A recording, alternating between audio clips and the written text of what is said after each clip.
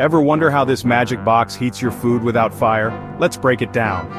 Microwaves don't cook from the outside in like ovens. They heat food from the inside out. Inside the microwave, there's a thing called a magnetron. It shoots out microwaves, a type of electromagnetic wave. These waves make water molecules in your food vibrate like crazy, kind of like shaking maracas, and that movement turns into heat. So your food heats up from the molecules doing a wild dance party. But here's the catch, not all foods heat evenly because not all parts have water. That's why your pizza crust is cold but the cheese burns your mouth. Your microwave's basically a science beam cannon. Hit subscribe and I'll explain the next thing you zap.